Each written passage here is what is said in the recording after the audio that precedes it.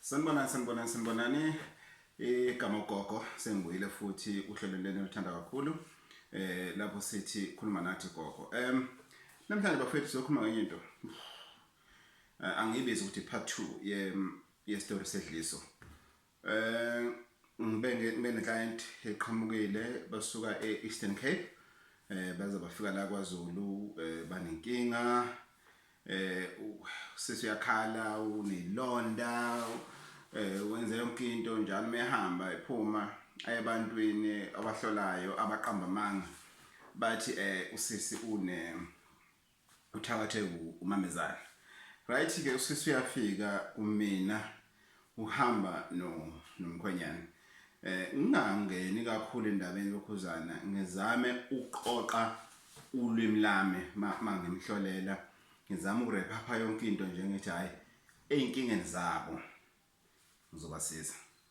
Hayi sivumelaneke bahambe 3 days down the line usesafone ngiyabona nathi letho ukuthi abayedwa uthi ngifonele. Hey mkhulu Gogo kunenkinga la kahle bengifise ukuhamba ngedwa ngoba nginenkinga nje ngathi no sis lento njena sengiphendula wena sisi ngiphinde ngiphendule nabanye ozakwethu. Ingane zakwethu ngisho kuthiwa ngikhulele emndenini lapho engazi kahle khona ukuthi uma uyathakatha ekhaya kunemfene noma ekhaya kunotokoloshi noma whatever into lesiyilwane lezi ekuthathwa ngazo ongayibiza ngayo.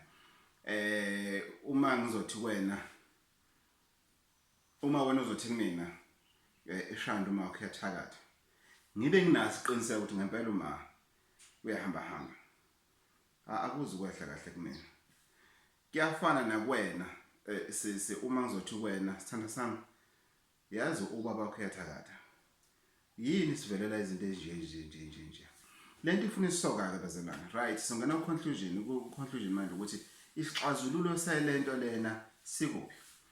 Wena osola ukuthi umyeni wakho noma unkosikazi wakho abazali bakhe bayathakatha noma umzali wakhe uyathakatha noma ilunga lomndeni loyo liyathakatha ungayihluphi. Hambe umuntu ohlolayo ufike umtshela umuntu ohlolayo umuntu ohlolayo nayi indaba engiyisolayo mhlamba iconfirm omunye. Zikhona induku onganikezwa zona ongathi uma uhamba ngazo uma ufika lapha ufika ukuthi hayi sithanda sami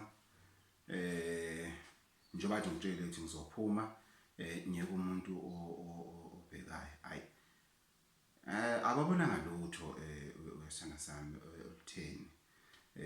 Mhlambe wena nomama njena neselingalo yaza umamezala babanjani ngesinye isikhathi kodwa hayi awashongo lutho. Bese ke kwenzalani ke manje na bese uthi sinikwe nje lokho ukuthiwa sikusebenzise nje nokwemoya emibi kuzozivikela la ekhaya. Siniyaqonda ke niyaqoma niyaphalaza nenzalo kanti wena uyazi ukuthi udila ngani udila ngalela dliso lakho uyabona. Awumani uvele uthi hey bro wami yazi ufro wakho kwangifonela nani ngizwa kuthiwa hey uma oledi wakho phela usenthuke kabi nani bomama yekani ukugodla ingane zenu. Ingane yakho yomfana uyikhulisela omunye umfazi njengoba nawe ugcina uthathwa komunye umuzi. Sale kahle.